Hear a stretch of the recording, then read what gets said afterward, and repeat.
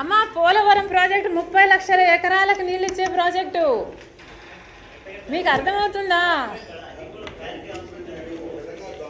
ఆహా, మీరు నాకు కవరేజ్ ఎందుకు ఇవ్వరు? వఫ్కు ఎందుకు ఇవ్వలేదు కవరేజ్?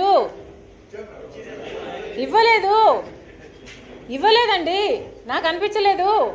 ఆహా, ఇది నా ఆక్రోశం అండి. వినండి, దిస్ ఇస్ నాట్ రైట్ కదా. మేము ప్రజా సమస్యల మీద మాట్లాడితే మీరు ఎందుకు కవరేజ్ ఇవ్వటం లేదు అని అడుగుతున్నాను నేను. అంతేనా?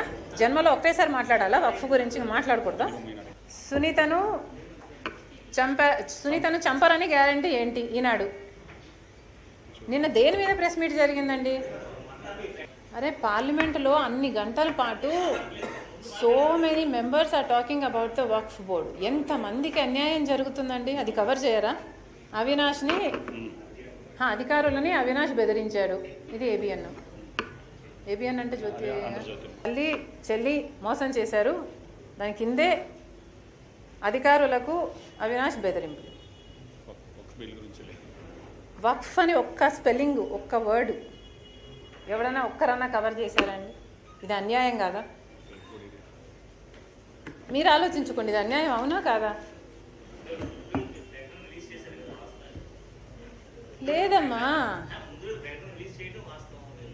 ఏమో నాకు తెలియదు. I don't know what you're talking about, but నాకైతే ఈరోజు కనిపించలేదు.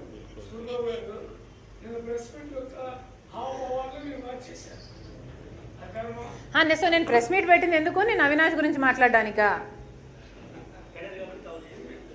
అదే ఎందుకు కవర్ చేశారంటున్నా నేను. అది నా కంటెన్షన్. ఇప్పుడు నేను ఎన్సీఎల్టీ గురించి మాట్లాడితే మీరు అదే కవర్ చేస్తారు. సో ఈసారి కనుక మీరు కవర్ చేయకపోతే పోలవరం, ఇంకొకసారి నేను మీరు అడిగిన ప్రశ్నలకి ఏది సమాధానం చెప్పను. డీలా? అది చెప్పండి, నాకు డీల్ అని చెప్పండి. ఓకే.